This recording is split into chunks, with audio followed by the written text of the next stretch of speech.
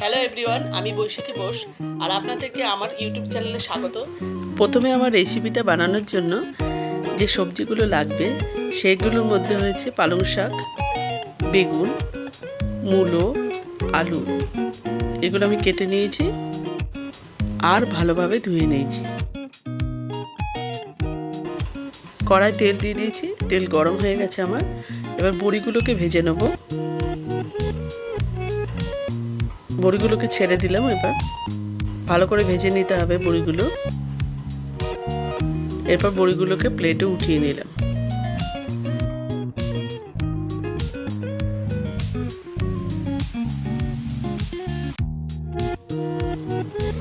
এরপর আমি ফোড়ন হিসেবে পাঁচফোড়ন দিয়ে দিলাম।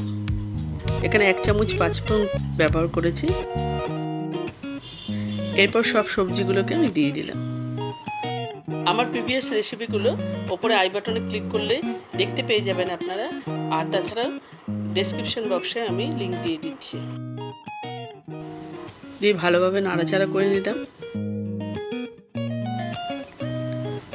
এরপর 1 চামচ হলুদ ব্যবহার করলাম। আবারও ভালোভাবে নাড়াচাড়া করে নিলাম।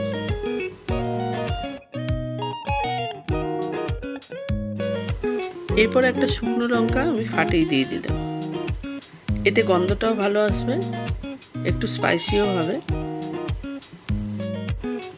আবারও ভালোভাবে নাড়াচাড়া করে নিলাম।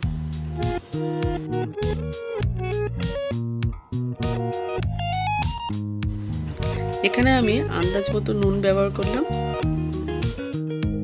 এরপর অল্প একটু নাড়িয়ে ঢাকা চাপা দিয়ে দেব।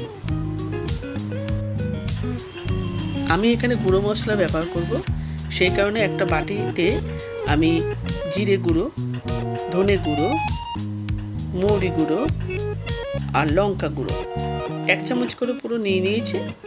নিয়ে এটাকে জল দিয়ে গুলে নেব।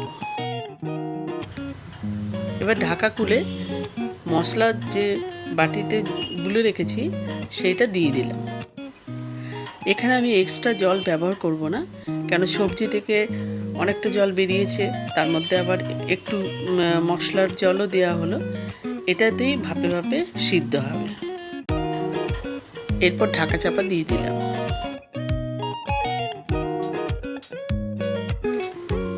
এরপর সবজিগুলো আমার সিদ্ধ হয়ে গেছে। এরপর অল্প একটু নাড়িয়ে এখানে আমি 1 চামচ চিনি দিয়ে দিলাম। আপনারা প্রয়োজন মতো যেরকম মিষ্টি খান সেইভাবে ব্যবহার করবেন। আবারও ভালো করে নাড়াচাড়া করে নিলাম। দেখুন বন্ধুরা, ঠিক এইরকম শুকনো শুকনো মতন হবে। এরপর বড়ি দিয়ে দিলাম, যেগুলো আগে থেকে ভেজে রেখেছিলাম সেগুলো দিয়ে আবার ভালোভাবে নাড়াচাড়া করে নিলাম। দিয়ে আবার ঢাকা চাপা দিয়ে দিলাম।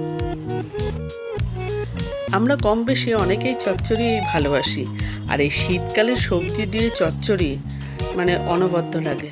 একবার গরম ভাতে এইভাবে বানিয়ে খাবেন আর আমাকে কমেন্ট করে জানাবেন। এরপর প্লেটে তুলে নিলাম। দেখুন দেখতে কেমন হয়েছে। বন্ধুরা, আপনারা কার কীরকম লাগছে আমার ভিডিওটা বা আমার রান্না কেমন লাগছে আমাকে কমেন্ট করে জানান। তবে তো আমি জানতে পারবো যে আমার রান্নাগুলো কেমন হচ্ছে, তবে তো আমি এনকারেজড হব। ভালো লাগলে লাইক করুন আর চ্যানেলটা করে দিন সাবস্ক্রাইব, এবং সবার সাথে শেয়ার করবেন। এবং আমার রেসিপি যদি আপনাদের ভালো লাগে সেটা কমেন্ট করেও জানাবেন। Till then, take care, bye by.